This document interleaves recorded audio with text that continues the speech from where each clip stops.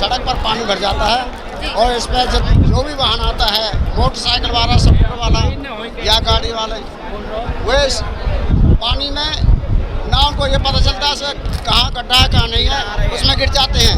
वो बीवी बच्चे भी समय सब गिर जाते हैं। पानी टाइम टू टाइम ना और टाइम से कोई वो नहीं है, पानी भी नहीं आ रहा है वाटर सप्लाई रोड से।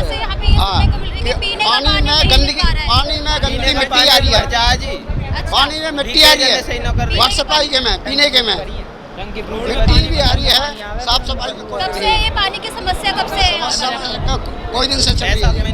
6-7 महीने से गंदा पानी आ रहा है, गंदा पानी आ रहा है।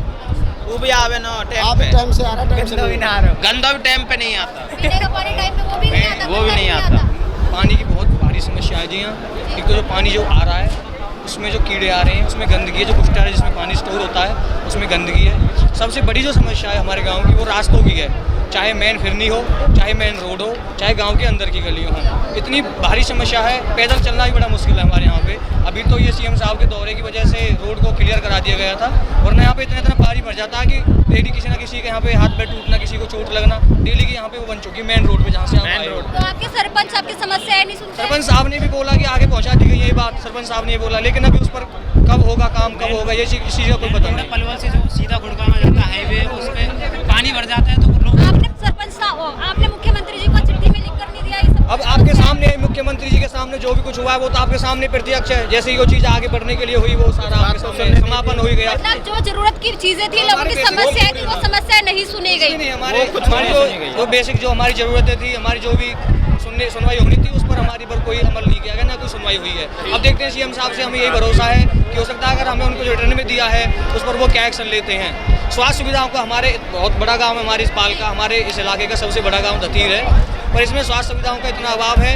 कि लोग मतलब दूसरे गाँव में जा जाकर इतनी परेशानी से अपना वो करवा रहे हैं, मतलब इलाज कराते हैं। तो मतलब कि स्वास्थ्य की और शिक्षा की, पानी की, बिजली का कोई टाइमिंग, रोजगार की, मतलब सभी तरह का अभाव चल रहा है गाँव के अंदर। जनता का कहना है, दतीर गांव की जनता का कहना है कि मुख्यमंत्री सीएम साहब यहाँ आए तो सही, लेकिन जनता की जो बातें थी वो नहीं सुनी, आम जनता की बातें नहीं सुनी।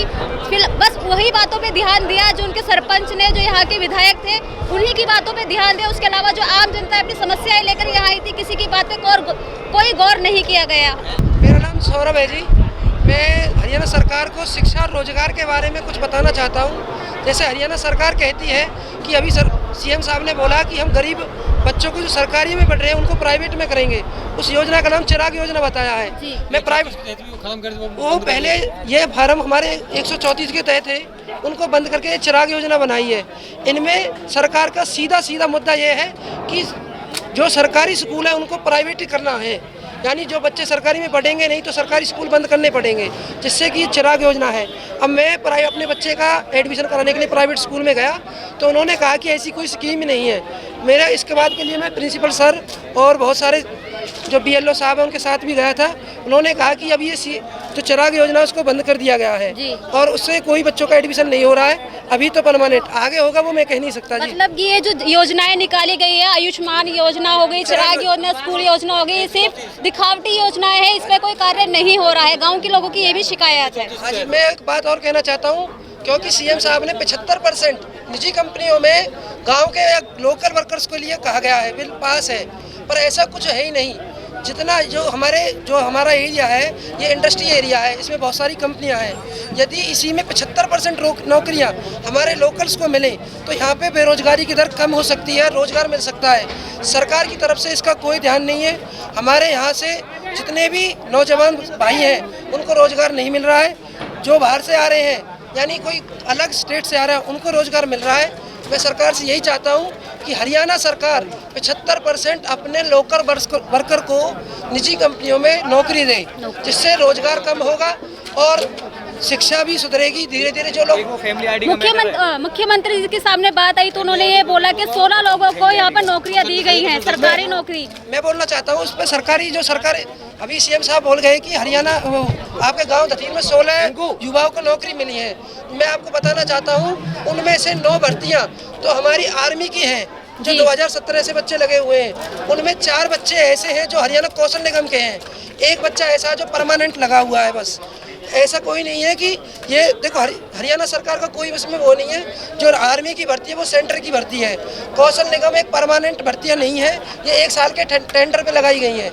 मैं तो सरकार से ये चाहता हूँ कि हरियाणा कौशल रोजगार की जो भर्तियाँ हैं उन्हें बंद करके परमानेंट भर्तियाँ करनी जानी चाहिए। ये एक हमारे जो युवा हैं उनके लिए छोटा सा लालच दिखा के हरियाणा कौशल में लगा के और भर्तियों को रोजगार के प्रति अलग कर रहे हैं। ऐसे ही शिक्षा की तरफ हमारा धतीर गांव मॉडल स्कूल है इंग्लिश मीडियम से, उसमें 44 टीचरों की पोस्ट है, 35 तो खाली है और बच्चे पढ़ते नहीं हैं तो रिजल्ट भी खराब आएगा।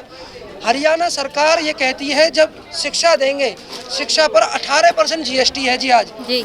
हरियाणा सरकार यहाँ ये सेंटर का काम है 18% GST। मैं तो ये कहता हूँ कि GST को हटाकर शिक्षा को फ्री किया जाए, बिल्कुल टैक्स फ्री किया जाए।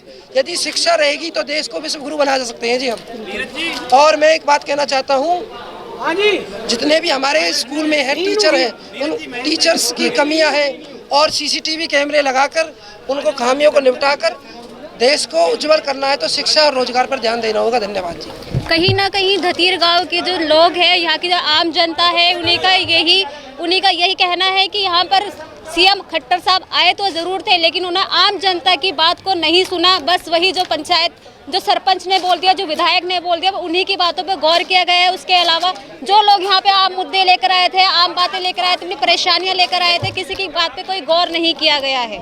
हमारे साथ जुड़े रहने के लिए देखते रहिए देश रोजाना का YouTube चैनल, सब्सक्राइब कीजिए। साथ ही देश रोजाना की खबरें सबसे पहले देखने के लिए प्रेस कीजिए बेल आइकन।